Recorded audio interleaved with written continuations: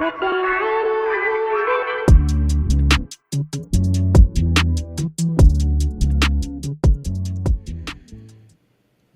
you just had to know that the first week going public was not going to go well, and that is an understatement for the way my predictions turned out. I have the official numbers that I'm going to go over here in a second, but you just had to know. You just had to know. I really wish everyone could have seen my practice sessions that I did send to people. I recorded them, edited them, sent them out to people who I could trust to give me honest feedback. And before last week, I gave you the record of my predictions leading up to last week, and it was pretty good. So I have, somewhat proof of that. But you just had to know it wasn't going to go well, and sometimes you just have to face the music. And I faced the music this weekend, and I learned a lot, but a lot more than just college football predictions. I got a lot of great feedback, so I want to start because I'm assuming a lot of the same people that listened or watched last week are watching this week. And I want to just take a second to let everybody know how appreciative I am of the feedback that we received over the last week. It's just a really cool thing to put yourself out there and try and do something that you have not done before, which granted, if you go back way in the archives, this is not my first podcast. But it's the first one I'm doing on my own, and so I do feel a certain type of way about it. I definitely feel like I'm a novice at this, which I am, but it's just really cool to see how many people come up and support you.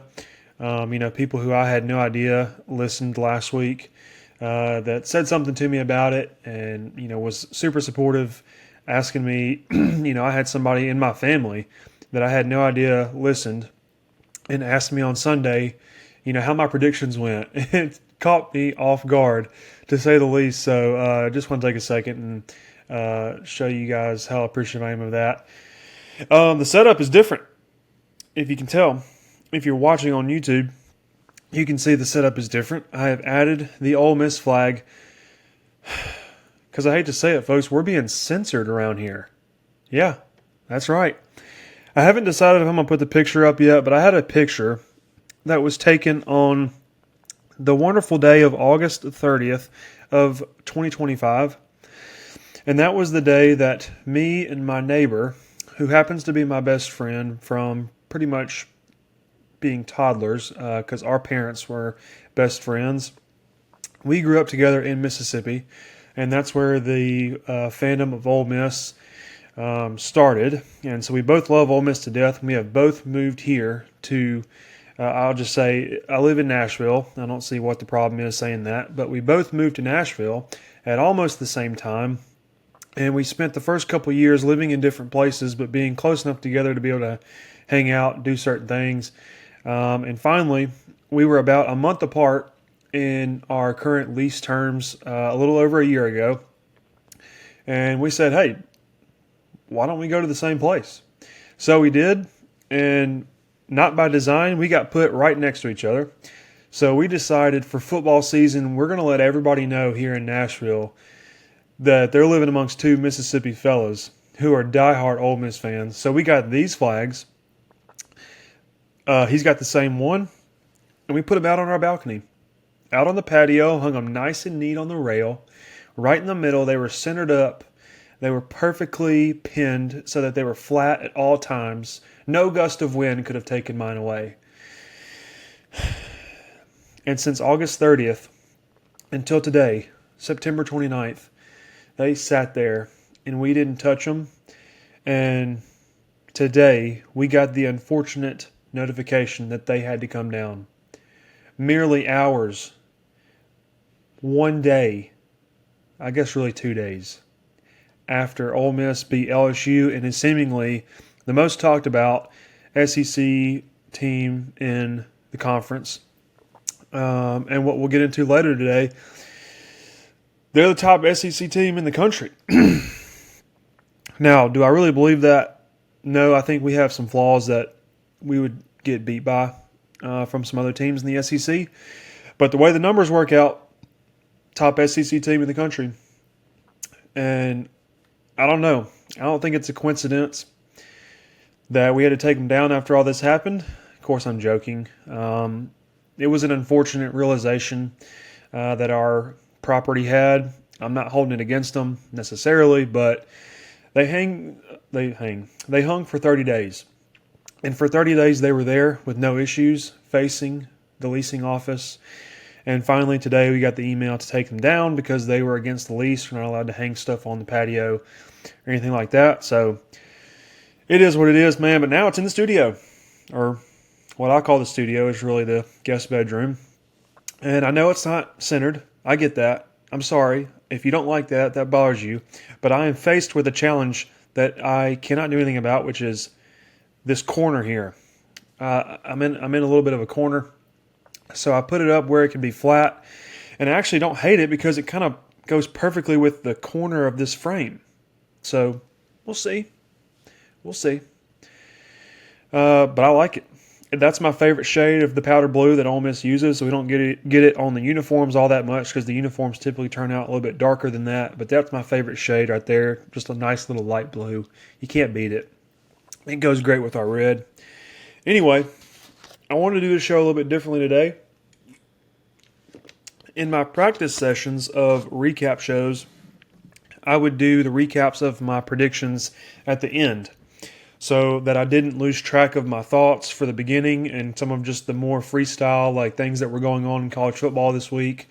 But I was smart enough this week to write those things down so that I could go over them afterwards and start the recap show by actually recapping what happened. So let's do that.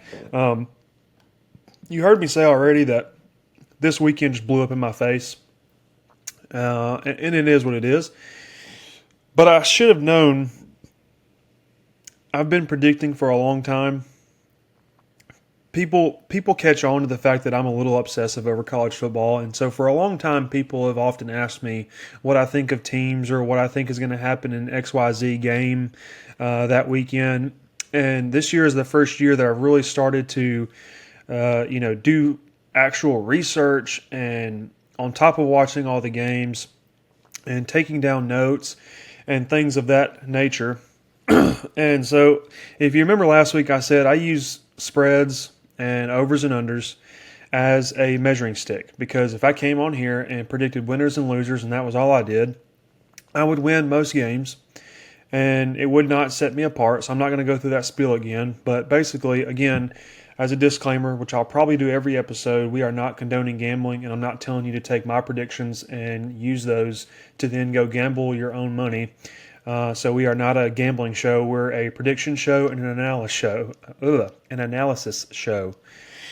But in finding spreads for you guys, I am able to see what the lines are. And for those of you who don't really understand what that means, a line is basically the statistical the statistical probability of something happening. So, for example, I'm just going to skip to the part where if you know, you know, and if you don't, you don't. A lot of our predictions this week had favorites, so they were predicted to actually cover the number we were anticipating. The only problem is the number was really close to basically a 50-50 shot. So a 50-50, which is basically straight up even in the prediction world, is minus 100. There's a number scale to this. And a lot of ours in weeks past where we've done really well have been closer to like minus 15, minus 115 or minus 120. Which I would call pretty standard. Minus 110, more like pretty standard. And a lot of these this week, this past week that we had, were closer to minus 100. So it just meant that they were closer to a 50-50 shot, whereas normally in the past we've had a little bit of a larger edge going into these predictions. So I should have known that was a red flag to begin with. I did realize that once the day got going, things started to not go my way. And I quickly realized that I made the mistake of overlooking the actual odds that we were being given. So that will not happen again. I do apologize on that. Of course, there's nothing in it. There's no skin in the game. It's just for fun. So it doesn't really matter other than just ruining my reputation, which we don't want around here. But let's go over. So some of these I will admit I did omit from my predictions list, so I will call those out as we get to them. But there are predictions that I made on the show for Thursday that I ended up kind of backing away from and really just not owning up to come Saturday, simply just because I really didn't feel all that good about them. But I haven't found a way to communicate that to the people that watch this show. Probably the easiest way would be to just post something on our Twitter page, which does exist. It's not my personal Twitter page. We do have a Twitter page for this show. Yes, I call it Twitter. And so, yeah, posting that probably would have made the most sense. But realistically, again, we don't have any skin in the game, so it didn't really make sense for me to do that. And I'm not encouraging you I'm not encouraging you to gamble. So to me, it didn't make any sense to tweet out, hey, the Tennessee-Mississippi State game is off my list. Because, again, I made the prediction, so I'm going to live by it. So we're not going to actually talk about those games or recap those games in the recap segment, but I'm going to try to get a little bit better about that because just like the people that I'm competing against in this industry, they keep records just like I do, and they own up to their predictions just like I do. The only difference is that they're actually betting money on these games. So it's a little bit easier for them to say, oh, I'm actually going to take that off my list because they're putting money on the games. So they can simply just not put money on the games, omit it from their list, and it's like it never happened. I can't do that because I'm just strictly making a prediction. I'm not making a bet. But it was something I thought about on Saturday and wanted to address in this show, so we might just like quickly recap them but not really talk about them much.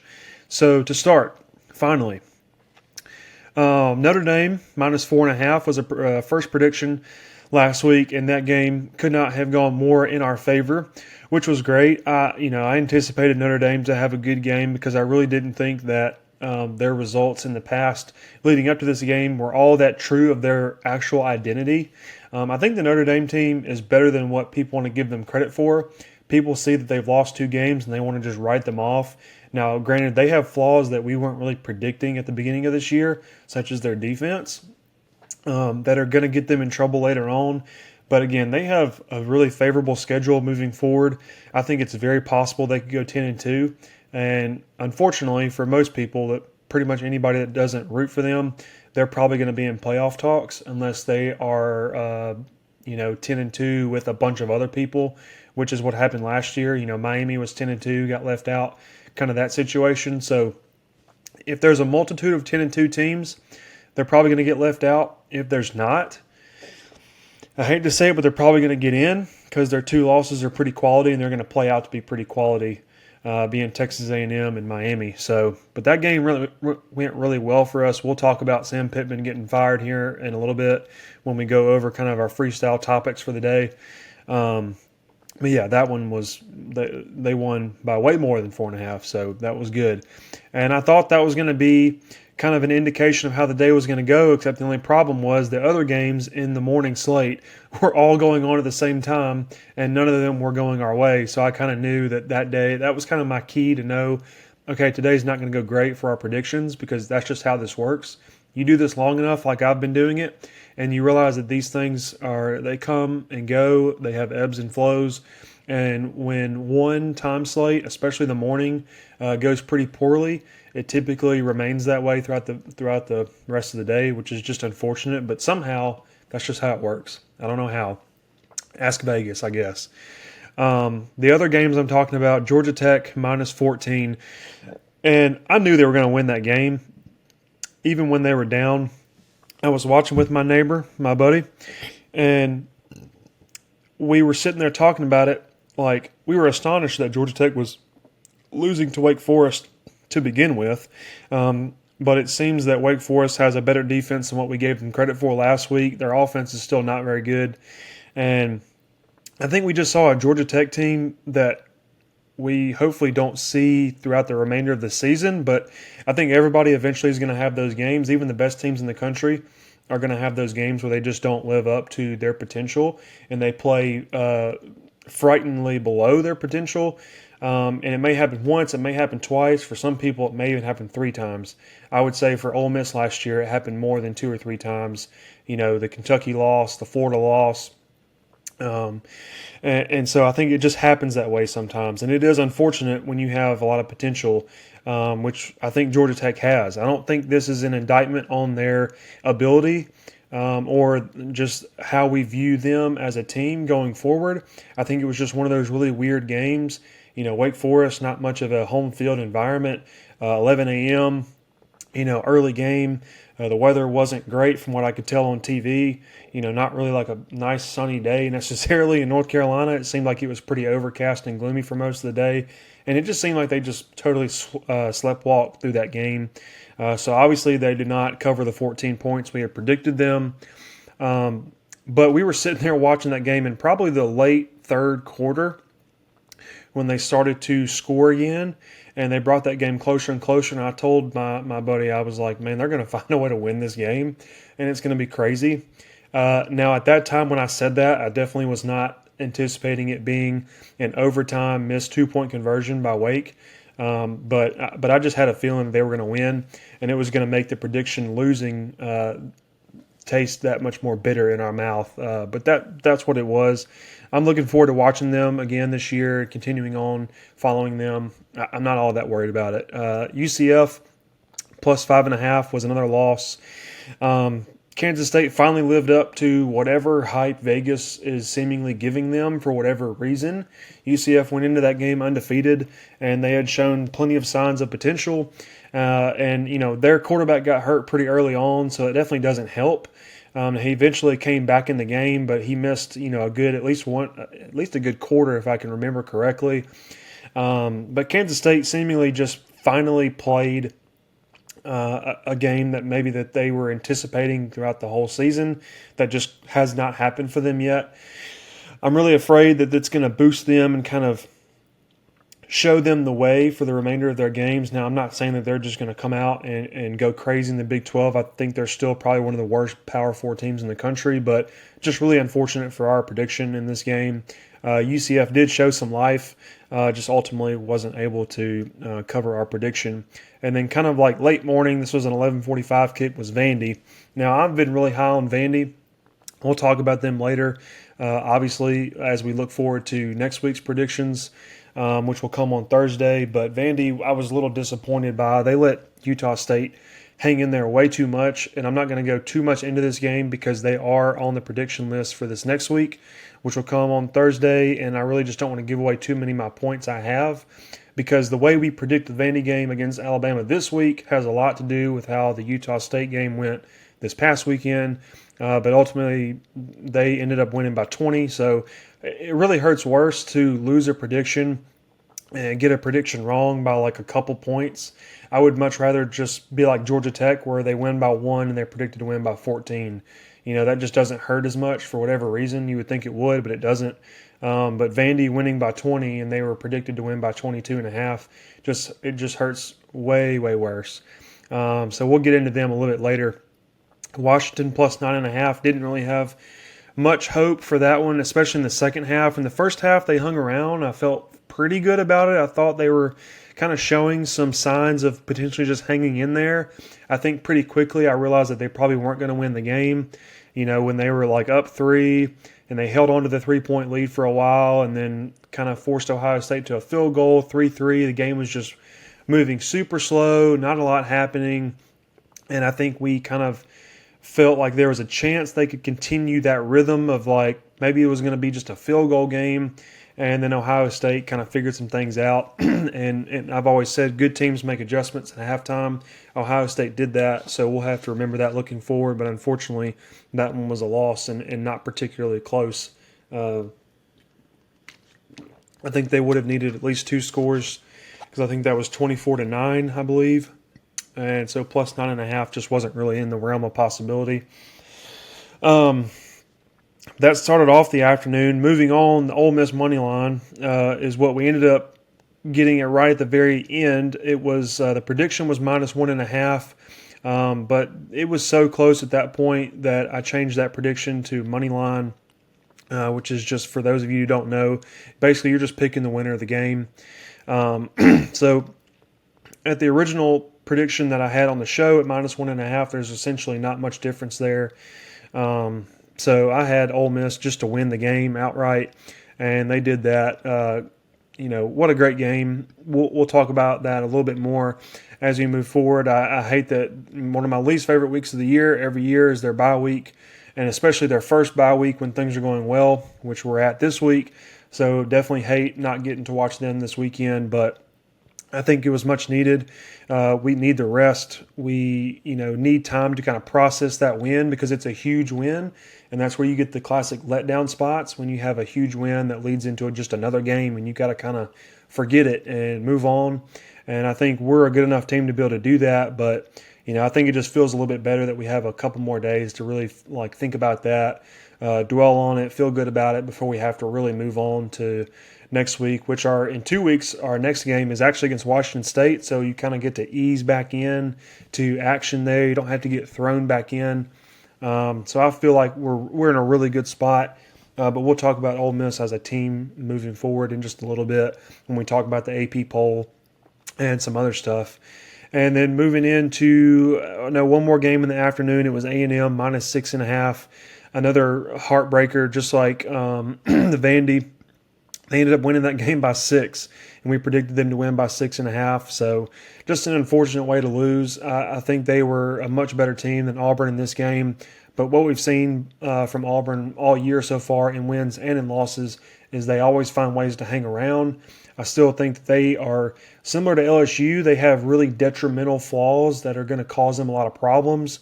But one thing that they do really well is they hang around. It took for Texas A&M to even be close to covering that prediction we had. It took a turnover that gave them a huge flip of momentum late in the game. So that is what it is. It's just unfortunate. And then Georgia outright winner to start the night. Which did not work, did not work out. I really don't know what to think about Georgia. Now, I'm not saying that to say that I don't think they're a good team.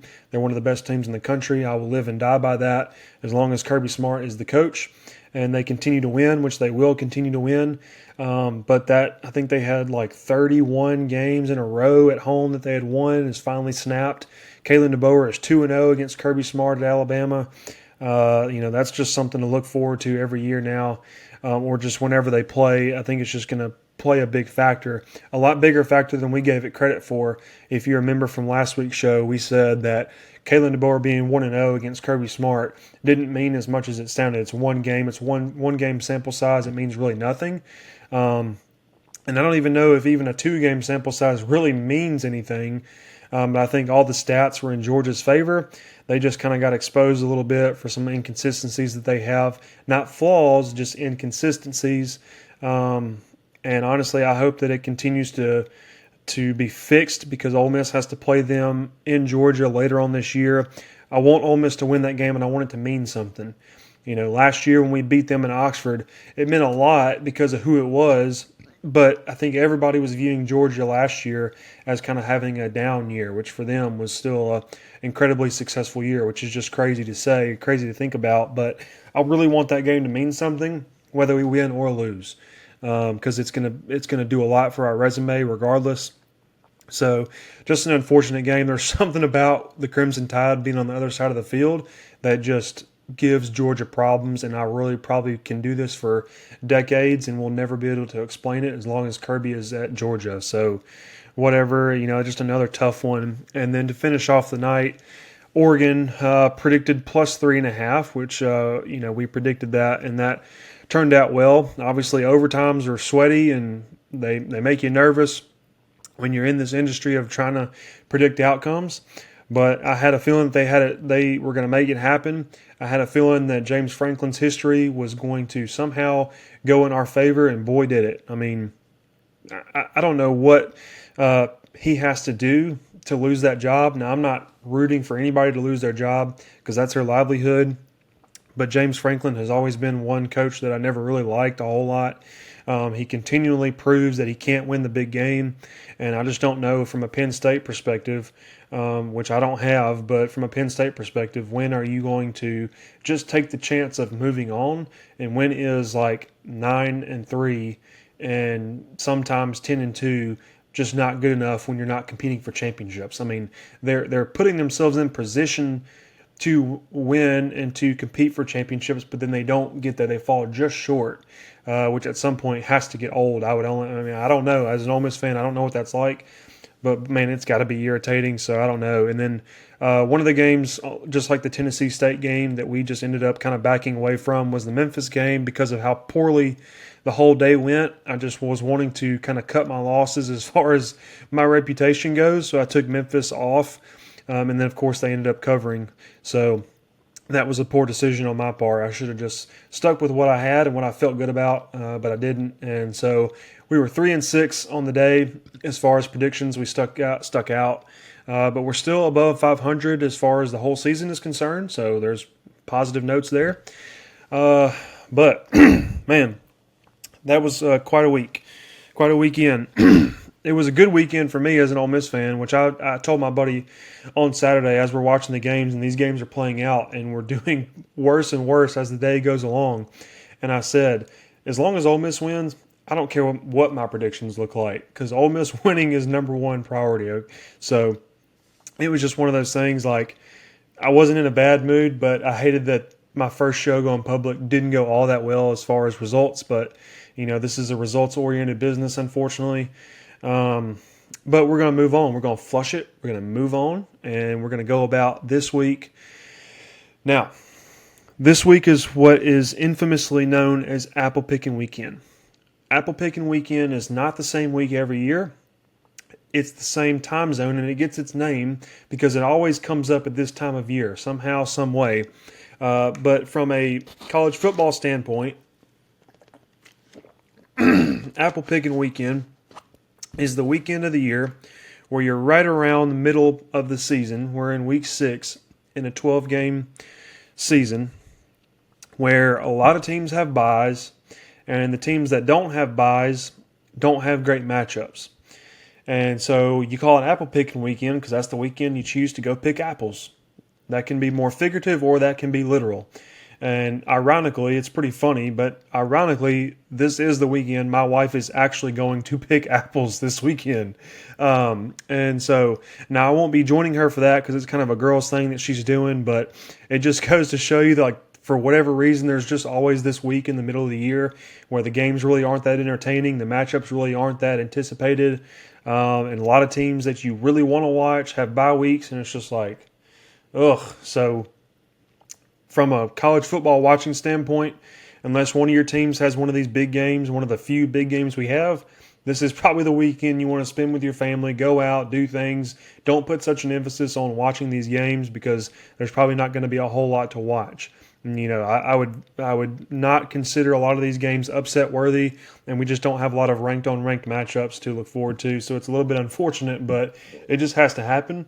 It's a little bit earlier this year than what it normally is, so I guess we can take that and be thankful for it, but it is what it is. So let's move on to just more of our freestyle topics, and then we will get into the games we are looking at for this weekend. And boy, it's slim picking, but we'll get into it. First off, I wanted to get into the Heisman Trophy nominations, Heisman Trophy odds, Heisman Trophy favorites, whatever you want to call it, so far up to this point. And if I have the editing skills, this is where I would, number one, sound the alarm, and number two, make the screen go red potentially. So if you don't see that, it's because I don't have the editing skills to make it happen, but I think I can at least put a siren in at this moment, and that is because one thing and one thing only, that being Trinidad Chambliss has entered the top 5 in Heisman Week 6 poll. This is my symbol for siren noise, potentially. Hopefully that works out. But I'm going to read these through. This is from On3, which is a credible source. They a lot of great people over there that know a lot about college football and get paid a lot more than me to do it. Really, anything more than just free is more than me. So, but here is their current poll. Now, it's different everywhere you go. You're going to see some variation in this, but this is one that I typically like to stick to. Dante Moore, Oregon quarterback at number 1. John Mateer, number 2, the Oklahoma quarterback. Which this is where I'm a little confused. This was known before going into this past weekend that he was hurt. He's going to miss, significant time. I think what I heard at one point was like at least a month. So that's, we're talking 4 games during that span. So I don't know how much that's going to play. I was a little shocked to see him at number 2. Maybe that's just because we're really just talking about performance up to this point. I think if he does truly miss up to 4 weeks or maybe even more, which we really don't know at this point, I just have a hard time keeping him up there when there's other players that are playing every week that could potentially take a shot at this trophy. So, that's just something we've seen in the past.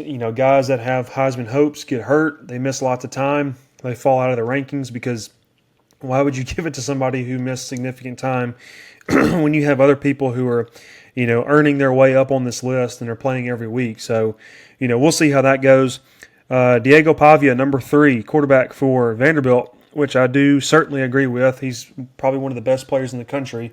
And I view the Heisman maybe a little bit differently than some people, but I view it as the MVP, the most valuable player in college football. And everybody has a different definition for most valuable player. Some people like to think it's got to be the best player on the best team. And some people truly, genuinely think that. You have to play on one of the best teams in the country and you have to be the best player.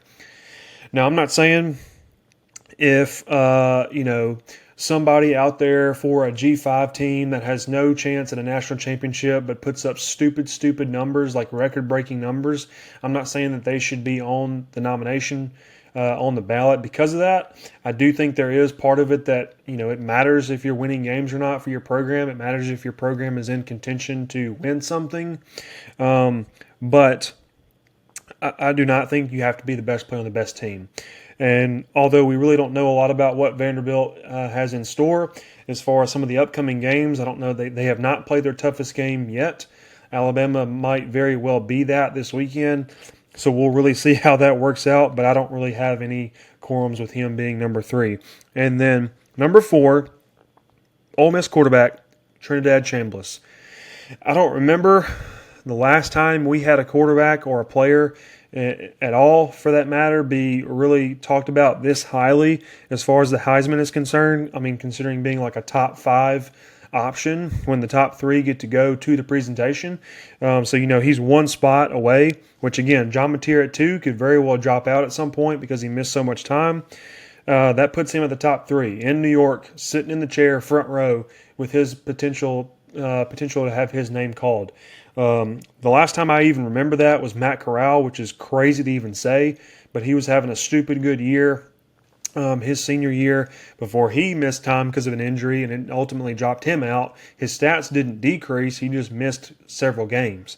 And there may have been some Jackson Dart stuff last year. I don't really remember. But, man, this just feels like uncharted territory to have somebody this high up on the poll. Number 5, Ty Simpson, Alabama quarterback. Ahmad Hardy, number 6, the running back from Missouri. And then after that, I mean, it's just, Carson Beck, Marcel Reed, Fernando Mendoza. So a couple more quarterbacks in there. Yeah, I think it's going to be an interesting race. We'll see how these games play out for these players, see how it goes. But I just had to mention the fact that Ole Miss quarterback started the year as the backup, missed 2 games, and he is number 4 on the Heisman poll. I think that's absolutely absurd, but I'm all here for it, baby. Ole Miss, hotty toddy. Next up, freestyle topic. Sam Pittman has been let go as the head coach at Arkansas. Now, I will say, I have a good group of friends that I've been fortunate enough to meet through other mutual friends, and I have become what I would call best friends with, that are all Arkansas fans. And I've talked with them. I gave them the opportunity to come on the show tonight. They did not take it, which is unfortunate. I would have loved, my initial idea was to bring them on, 3 or 4 of them, and give them like 10 minutes to just go. Just go. Let it all out. This is a safe space. Family-friendly space, but safe space. Let it all out. I thought it would have been a great idea, but it just didn't work out. But I think I said last week, or it could have been one of my practice shows, that Sam Pittman was one of those guys that you just hate to see bad things happen to. I think he was a really great guy, a really nice person, and he has like the worst sad face ever. Like, he has one of those sad faces that just makes you feel sad, regardless of how you feel about Arkansas or their football program. So I do hate that he got let go. I think he brought Arkansas out of a place that they never wanted to be in with their previous tenures. And it just unfortunately didn't work out. So now the question is, where do you go from here? Obviously, Rick Pitino is the not Rick Pitino, Petrino. I don't even know if Rick's the first name. Gosh, that's embarrassing. The offensive coordinator is now the head coach, which has a unique past, to say the least. But nonetheless, he's the interim for now. And I think I saw that it was officially announced that his name will be in the running come time to actually pick a permanent head coach. So we'll see where it goes. I think Arkansas is just one of those places where you've got to fit. We've talked about before in our practice runs how Kalen DeBoer doesn't really fit the Alabama job. Now, he's working out to some people's expectations in some way. Obviously, last year wasn't a great year for him. This year kind of started out like really scary. People were calling for his head after week one, lost to Florida State. But the SEC is a unique place to coach. You have to really fit these programs. Now, I'm not saying you got to be some Southern gentleman, but you definitely have to have a little bit of twang to you. That's a word we use down in the South to kind of identify people that just have that Southern charm. And I think Sam Pittman had that. I mean, he had the Southern accent. He talked slow. He just fit in. I think a lot of people early on did not think Lane was going to fit in with that SEC kind of style at Ole Miss when you're talking about personality and stuff. But he has really kind of walked into that role slowly but surely, and now I think he is a bona fide SEC coach by personality and by performance. And I think Sam Pittman fit the personality really well, just could not get the success on the field. So I'm not really sure where you go from here. I would love to see John Gruden coaching again. I think my Arkansas buddies do not want that because they are a little afraid of how long he's been away from coaching. But I just think he's got a fire about him, and he has a passion for football that you're not going to find in a lot of coaches. He's very vocal about wanting to coach again, even while being currently employed with Barstool and doing stuff for them, and great stuff for them nonetheless. But I think it's very obvious he wants to coach again. Now, I agree with my buddies. I don't know that he fits the SEC mold all that well. I don't know that he's the right person for the job right now, but it'd be really cool to see him at Arkansas, and that's coming from somebody who's not biased towards Arkansas. Coach Lashley over at SMU was talked about for a little bit. I think people are getting further and further away from him. I think he's really comfortable at SMU. He's got tons and tons of money over there to put into the program, which sounds crazy talking about SMU, but they do have a rich history. And they do have people who are willing to buy into the program to make it good. They went to the playoff last year. So I think that was just kind of a hot pan, like throw the name in there to make it interesting to start the conversation. And I think people are quickly realizing that's not going to happen. So we'll see how that where that goes. Obviously a couple weeks ago, leading into the Tulane game, Lane said John Summerall will be in the SEC next year. So people are looking at that. People are looking at potentially the Florida job for John Summerall. We'll really see where that goes, but I'm not in a position to just throw out all these names and predict who's going to be the next coach there. But it's going to be an interesting one. You have good boosters over there. You have Tyson, J.B. Hunt, people like that who can put a lot of money into a program. The facilities, from what I've heard, are pretty good. And anytime you're talking about an SEC program, that's the potential to get big recruits, have great facilities, have good money. And so this Arkansas coaching job is going to be really interesting. I don't know that we're super far off from having two openings, being Florida being the next one, depending on how the rest of their season goes. So it's going to be interesting. It's going to be interesting. We're going to have to pay attention to that. And then the last one I had as far as freestyle topics was AP poll. We'll talk about the AP poll really quick, get into next week's predictions, and then we'll get out of here. a lot of people were scrutinizing the AP poll this week. I have a couple points that I think I didn't like, but again, we went through the whole controversy a couple weeks ago with USF not jumping Florida after they beat Florida, and that is what it is. I think there's something to that for sure. I think they need to fix their system. We've gone on this rant already this year about the AP poll and how the system that they have is just somewhat broken. But for the people who didn't catch that, because we haven't talked about it since the show has gone public, for those of you who don't know, basically the AP poll is comprised of a bunch of people who write and are in college football jobs in some capacity to a media or a journalistic standpoint, and all these people put in their very own top 25 however they want to do it, and then they compile all of them.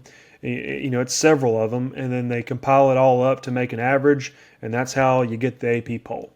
So, for example, Ohio State is number one. I would say probably 99% of these people on the AP poll, or maybe 95%, put Ohio State number one. So as it averages out, they're the number one team. They had 46 first place votes, and Oregon has the next highest at 16 first place votes. So as you can tell, you just have a lot of lopsided numbers there. So obviously it puts them up top. And then as you go down, again, it just averages out. I think the biggest surprise, bias aside, is Ole Miss at number 4. I was talking to a lot of Ole Miss people after that LSU win.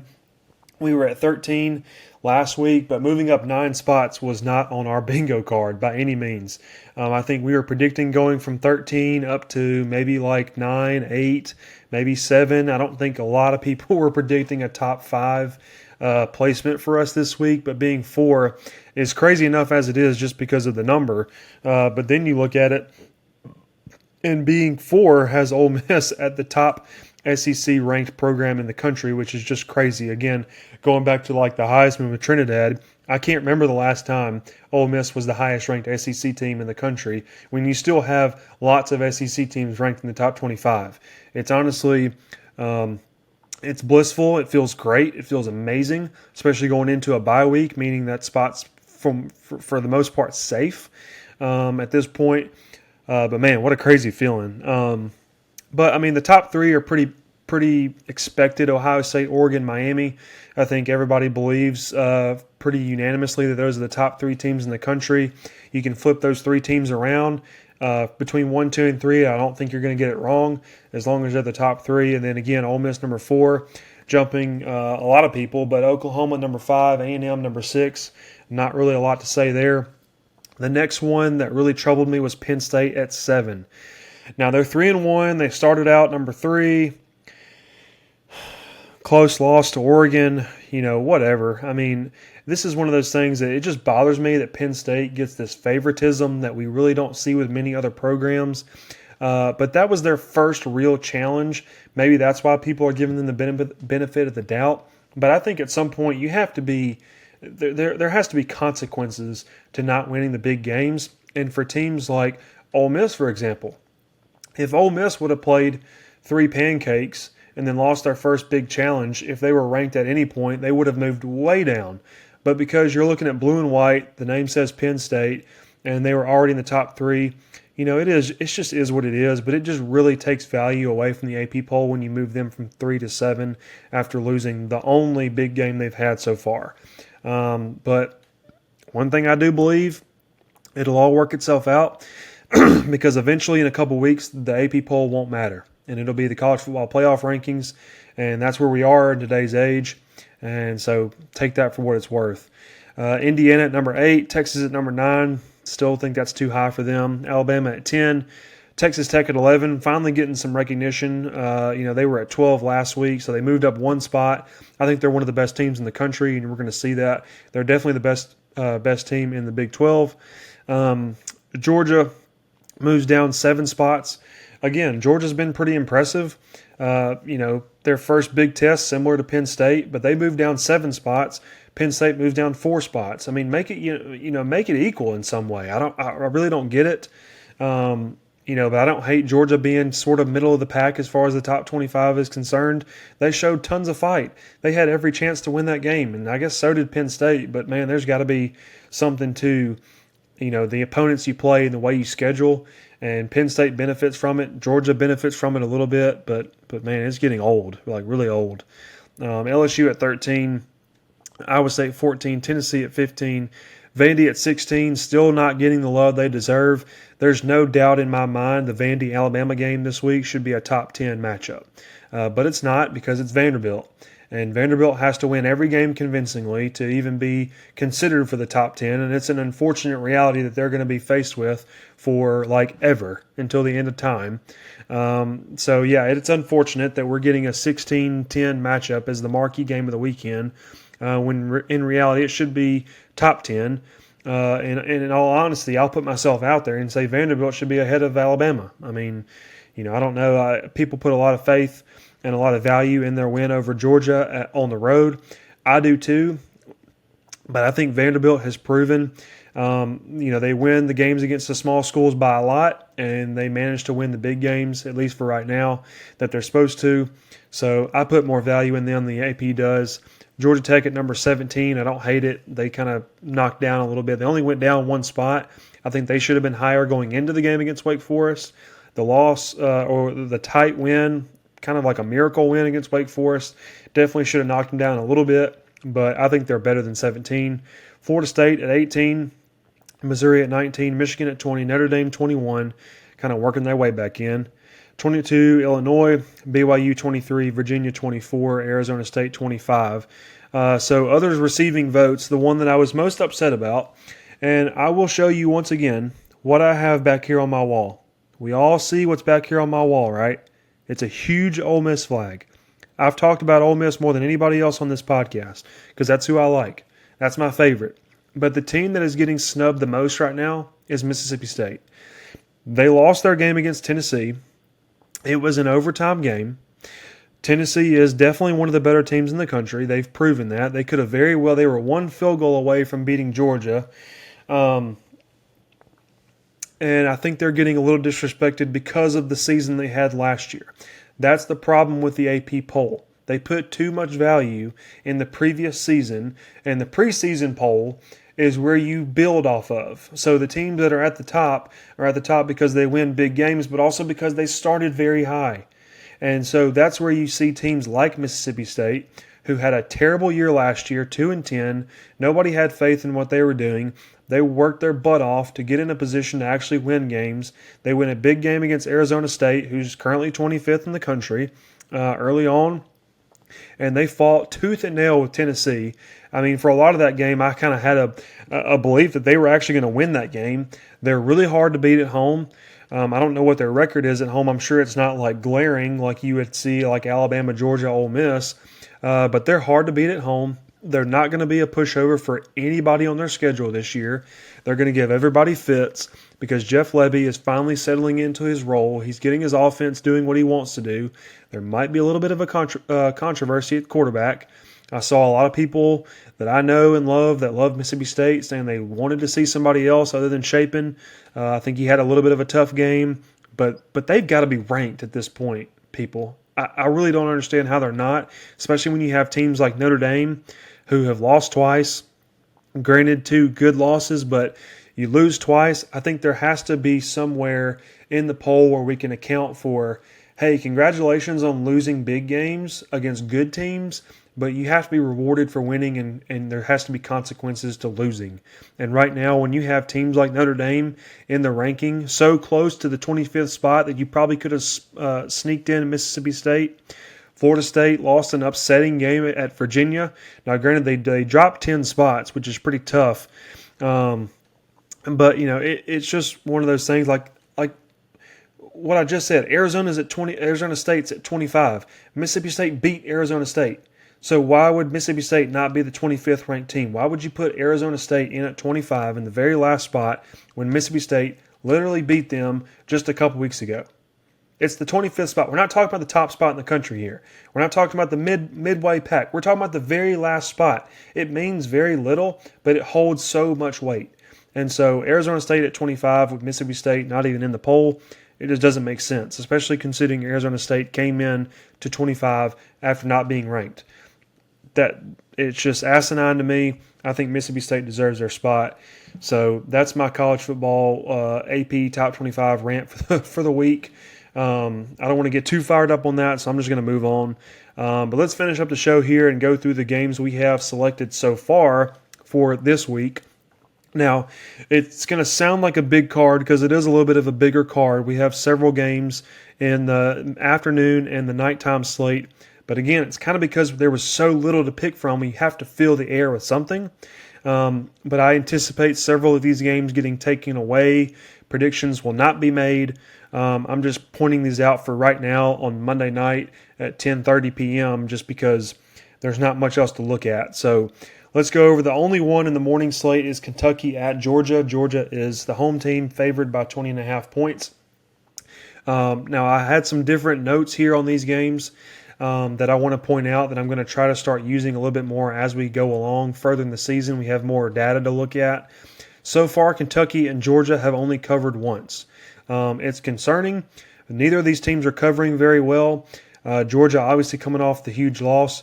We're probably going to end up keeping this game and probably going to end up predicting Georgia minus 20.5 because I think they're going to be pissed off. Very pissed off. I would not want to be Kentucky right now. Nobody wants to be the team playing Georgia after they lose. It very rarely happens.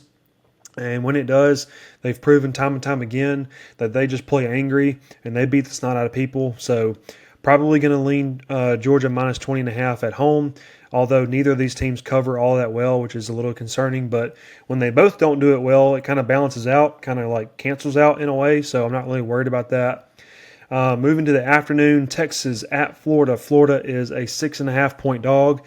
Again, two teams that have not covered basically at all. Both teams only covered one game so far. Texas, as you know, I have talked about it. I don't like the way they look. I really don't have a lot of faith in them. Florida is especially in a bad spot, but they are going to be at home. Texas is a big matchup for them. I think this is a chance for Billy Napier to prove that he does not need to be let go just yet. So Florida plus 6.5 right now, maybe where we're leaning, but we'll see as the week goes on. Vanderbilt at Alabama, the biggest game of the weekend for me. Bama, the home team, favored by 10.5 points currently. I think Vandy has a lot to play for in this game. Alabama coming off a huge win, so I think there might be a little bit of a letdown spot here for Alabama. Both of these teams are above 500 as far as the spread covering. I think both of these teams, the way I have it noted, if my color coding is correct, they have both only not covered once. So obviously Vanderbilt had a chance to go 5-0 covering, which would have been huge, but did not cover last week against Utah State. So, we can take that into consideration somewhat. But when you have Vandy's only not covered once, Bama's only not covered once, it kind of cancels out. Then you can just look straight up at the matchup. But I think Bama is in a letdown spot here, whether they want to believe it or not. So we'll see how that turns out. Boise State at Notre Dame. Notre Dame minus 19.5 at home. Obviously, Boise State had the super upsetting loss in week 1 against USF. Boise State is 3-1 or 4-1 against the spread, so they've managed to cover pretty much every game since the USF game, so it's promising in that regard. Notre Dame, not really sure. I'm not going to call it a letdown spot because I don't think Arkansas causes a letdown spot at this point. You're supposed to beat them. You beat them like you were supposed to. But 19.5 points is a lot. We'll have to really dive in to research as far as Boise State's concerned because, to be totally honest, I have kind of moved away from them after week 1, not really paid much attention to them. Virginia at Louisville. Louisville, the home team, favored by 7.5 points. Louisville has not covered this year, or if they have, they've only covered once so far, and Virginia is above 500 and covering so far. So Virginia finding ways to cover. They have not won every game, but Louisville is not covering so far this year, so that's something to look at. Michigan State at Nebraska. Nebraska minus 10.5. Nebraska is going to be looking for an opportunity to get back in the conversation in the Big Ten. Michigan State not covering so far this year. They've only covered once, and coming off of a loss at USC 2 weeks ago. So we'll really see, again, I mean, you can tell the way I'm talking about these. These matchups are just gross. Vandy Bama is the only really great game of the week, other than Miami Florida State. But I'm predicting that game is not going to be as entertaining as we hope. So again, we're just going to kind of throw these games out there, throw it at the wall, see what sticks, and we'll talk about it again on Thursday in more depth.